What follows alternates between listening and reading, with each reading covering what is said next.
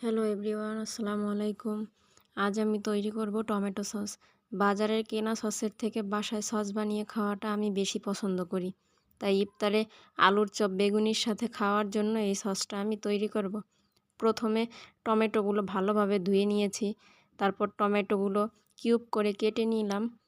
এর সাথে একটা পেঁয়াজ কুচি করে দিয়েছি, 1 চামচ আদা রসুন পেস্ট, 2টা লং, 2 টুকরো দারচিনি, 4টে শুকনো মরিচ দিলাম।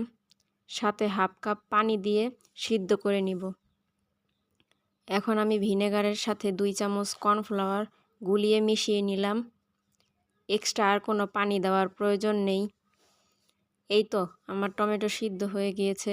এখন আমি ডাল ঘুটনির সাহায্যে ভালো করে ম্যাশ করে চালনি দিয়ে ছেঁকে নিব। আপনাদের কাছে ব্লেন্ডার থাকলে তাতে পেস্ট করে নেবেন।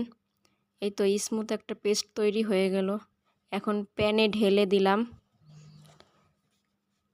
এরপর চিনি স্বাদমতো, লবণ, ভিনেগারের মিশ্রণটা দিয়ে দিলাম। ভালো করে নেড়ে মিশিয়ে নিলাম। সাথে একটু বিট লবণ দিয়ে দিলাম। এতে টেস্ট অনেকটা বেড়ে যাবে। আমার সসটা ঘন হয়ে এসেছে।